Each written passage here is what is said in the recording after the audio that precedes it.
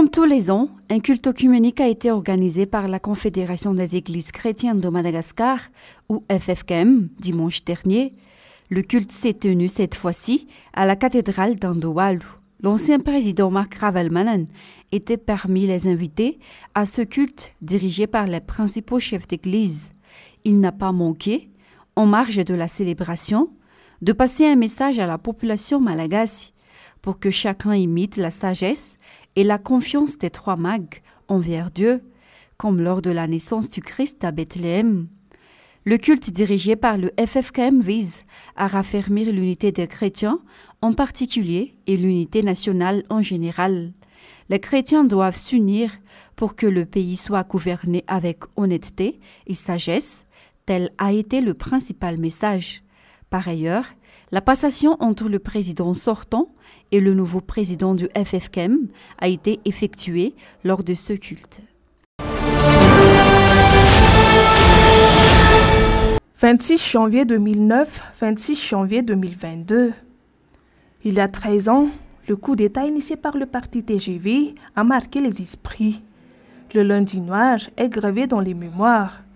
Les acteurs politiques et les simples citoyens se rappellent chaque année de ces événements qui ont permis à Andradjouil de prendre le pouvoir par la force. Les émeutes dans la capitale et les principales grandes villes du pays ont débouché sur des actes de vandalisme et des pillages sans précédent. Des bâtiments et commerces ont été saccagés et pillés.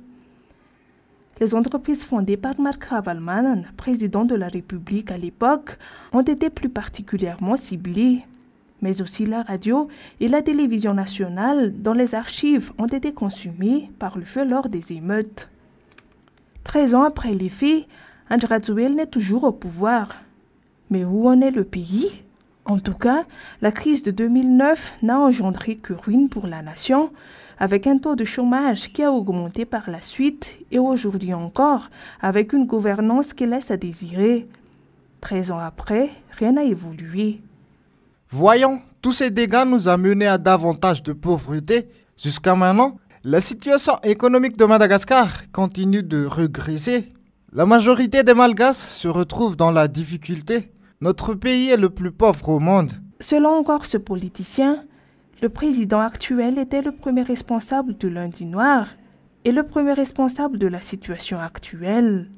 Jusqu'à maintenant, les victimes des actes de vandalisme du 26 janvier 2009 attendent d'être indemnisées, alors que les entreprises fondées par l'ancien président Marc Ravalomanana continuent par ailleurs de subir une nouvelle forme de persécution. Deux digues ont cédé en Kenyinj à Nosatu en début de semaine. Des dizaines de maisons sont immergées, sinon totalement détruites dans cette localité de la commune d'Anusatu Andjefen, en périphérie est de la capitale. La mairesse de la commune était pourtant introuvable, selon les dires des sinistrés. Les vivres destinés à les aider, mais qui n'étaient pas arrivés à temps, ont par ailleurs suscité la colère des habitants. Cette mère de famille a perdu tous ses biens par les vêtements qu'elle porte. Elle n'a rien pu récupérer dans sa maison à cause de la précipitation et en raison de la montée incessante du niveau de l'eau. Elle a également affirmé n'avoir reçu aucune aide du BNGRC et a lancé un appel à l'endroit du président de la République pour les aider. Cet habitant du quartier, par contre, montre du doigt les soi-disant secouristes qui ne font que des selfies et des photos ici et sur leur bateau. En outre, ce sont des barques de fortune appartenant à des particuliers qui viennent en aide aux sinistrés et menant les cochons, les poules et les autres animaux de ferme petit à petit sans prendre en considération les risques qu'ils encourent. Pour ceux qui sont déjà sur la terre ferme, les sinistrés s'entassent un peu partout faute d'hébergement. Les écoles primaires publiques et lycées étaient saturés selon leurs explications et ils n'avaient plus le choix que d'attendre. On observe cependant des mères et des enfants qui subissent les conséquences des pluies sur place sans protection. La population n'a cessé de faire appel à Madame le maire, qui a complètement disparu, et aux membres du gouvernement de venir en urgence. La déception pouvait se lire sur leur visage. Plusieurs lieux ont été réquisitionnés par les autorités pour abriter les sinistrés en raison des intempéries de ces derniers jours. Certains habitants des quartiers inondés se retrouvent dans des conditions difficiles après avoir été contraints de quitter leur lieu d'habitation. D'autres sont dans l'impossibilité de vaquer à leur occupation quotidienne et ne parviennent pas à assurer des revenus réguliers. Face à cette situation, les membres du bureau politique et les élus du Parti TIC Madagascar se sont mobilisés pour apporter des aides d'urgence. Nous n'avons pas l'intention de nous substituer au gouvernement, mais en tant que parti politique, nous tenons à apporter des aides à nos concitoyens, a affirmé le secrétaire général du TIM, Jinerjenjer Masnour, en s'adressant aux sinistrés de Mouraran Alarbi et des quartiers environnants. Pour leur part, les députés du parti ont chacun de leur côté apporté leur contribution pour soutenir les populations en difficulté dans leurs circonscriptions respectives. Ils ont offert essentiellement des produits de première nécessité, des couvertures et des accessoires nécessaires à la vie quotidienne de ces sinistrés. Certains d'entre eux se sont plaints de manque de réaction des représentants des autorités locales et gouvernementales à la suite des inondations. Dans certains cas, c'est l'entraide entre les habitants eux-mêmes qui a permis de surmonter les drames en attendant la réaction des autorités publiques. Des donateurs se mobilisent pour venir en aide aux concitoyens en détresse face aux pluies déluviennes de la semaine dernière. Les TIL de la région d'Analamang à Vogn se sont mobilisés pour apporter des aides face à la situation. Du maïs et des collations pour les enfants, tels sont les dons remis aux sinistrés dans le site d'hébergement d'Andavama-Bandesk. L'approvisionnement en nourriture dans ce site d'hébergement a en effet posé problème depuis quelques jours. Les membres scouts ont eux-mêmes cotisé pour rassembler ce qui est nécessaire pour acheter les collations.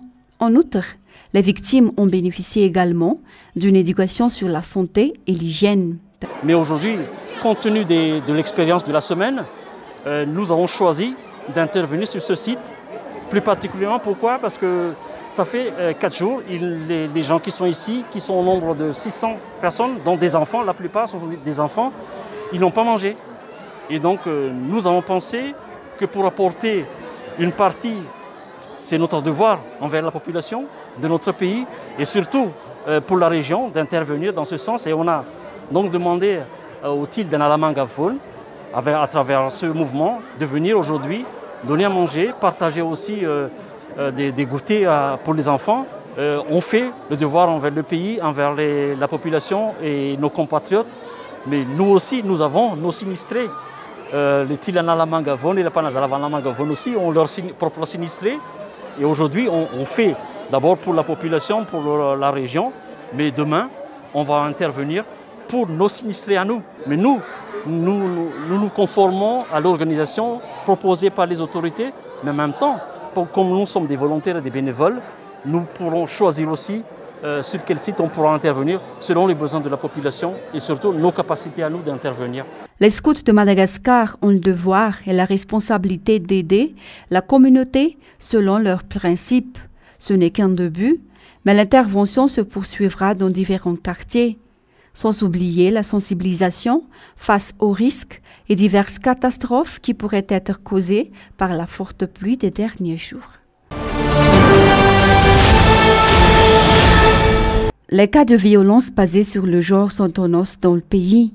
La violence basée sur le genre, ou VBG, peut être définie comme la violence contre une personne en raison de son sexe et que la violence peut lui causer un préjudice physique ou moral, que ce soit fait publiquement ou dans des lieux privés. Il y a bon nombre de cas de VBG que l'on trouve quotidiennement dans la société actuellement. Par exemple, le fait de tapoter une femme dans la rue est inclus dans la catégorie des VBG. Une dispute entre un couple qui implique des attouchements est également classée VBG. Frapper quelqu'un considéré comme gay en raison de son choix de vie, c'est aussi de la VBG. Selon l'UNICEF, 26% des femmes à Madagascar sont victimes de violences physiques. 60% d'entre elles n'osent pas se plaindre. Pire encore, 45% d'entre elles trouvent que ce qu'elles subissent est normal. L'une des raisons pour lesquelles la violence domestique est si répandue est la mentalité inspirée par le proverbe malagasy « Tokatran tsiahag » et « Tokatran fiafin ». Malheureusement, ce sont les femmes et les enfants qui subissent la conséquence, que ce soit physique ou morale de ces proverbes, qui incitent à ne rien dévoiler sur ce qui se passe au sein d'un foyer. Les victimes ne sont pas forcément des femmes, mais il y a aussi des hommes et parfois des enfants. Le VBG se présente ainsi sous diverses formes et concernant à la fois les enfants, les femmes et les hommes. Il y a même des hommes qui subissent des harcèlements, surtout le harcèlement moral de la part de leurs femmes. Il y a des femmes qui sont victimes de violences domestiques et il y a des enfants qui ne pourront pas étudier car leurs parents sont très violents. La violence sous toutes ses formes peut être dénoncée. Il y a aussi un numéro vert qu'on peut appeler en cas d'incident de violence, le 813. L'activiste Maïrelan Manandafi, et non moins fils de l'ancien fondateur du parti MFM, Manandafi Rakutunirin, a été placé en garde à vue ce week-end après avoir été auditionné auprès du service contre la cybercriminalité de la police nationale à Anoussi. Tout a commencé par une publication sur Facebook dans laquelle Maïrelan Manandaf a posé une question sur la situation du pont Bélé, récemment installé pour mettre le retour de la circulation des véhicules sur la RN2 reliant Antananarivo et Tuamasin. Une publication sous forme de questionnement, mais qui a ainsi coûté cher à l'activiste. Maïrelan Manandaf sera déféré au parquet lundi. Avant d'être placé en garde à vue, il a publié une courte vidéo sur Facebook annonçant qu'il n'a pas l'intention de présenter des excuses, tout en incitant les citoyens à réagir. Un groupe d'activistes était présent à Anoussi pour soutenir Maïrelan Manandaf lors de son audition samedi. Madagascar, l'un des pays les plus riches en ressources minérales. Malheureusement, seule une poignée de personnes profitent des avantages que ces ressources apportent. Rien que pour la filière or, Madagascar produit jusqu'à 20 tonnes, soit 20 000 kilos par an. Compte tenu de ce résultat, Madagascar aurait pu parcourir un long chemin en termes de développement et les Malagas ne devraient pas avoir à se plaindre de la pauvreté profonde qu'ils subissent actuellement. Cependant, ce n'est pas le cas parce que l'existence et la disponibilité de ces richesses minières, telles que l'or et les pierres précieuses, ne s'est jamais reflétée dans la vie des Malagasy. En effet, seules quelques personnes qui s'enrichissent. Ce sont généralement des proches des dirigeants qui profitent et savourent les avantages de ces ressources alors que la majorité de la population lutte contre leur lot de malheurs quotidiens. Cette majorité peine ainsi à trouver de quoi se mettre sous la dent alors qu'une minorité s'accapare des richesses du pays. C'est pourquoi l'ancien ministre des Mines et des Ressources stratégiques, Brice Rangena-Soul, a exprimé sa désapprobation de la manière dont les tenants de pouvoir gèrent le pays et le plus particulièrement ses ressources minières. Il n'est pas allé par quatre chemins pour dire que peu de gens profitent des ressources naturelles du pays. Il a également donné son avis sur l'exploitation de pétrole dans la Grande Île. L'ancien et très éphémère ministre des Mines a réitéré que Madagascar a besoin de techniciens possédant des expériences particulières en la matière pour ne pas manipuler et tromper par les étrangers. Il existe bel et bien des personnes qui ne veulent que le bien et la défense des intérêts de notre pays en ce qui concerne la gestion de nos ressources minérales. Notre pays possède presque tout dans ce domaine, mais des acteurs étrangers interviennent dans le secteur. Une étude américaine a confirmé que plus de 17 milliards de barils de pétrole ont été évalués sous le canal de Mozambique. Faites le calcul, si un baril vaut $55. C'est pour cela que j'insiste sur la volonté et l'efficacité de nos experts pour analyser les détails techniques. Il faut se battre pour la défense de nos intérêts.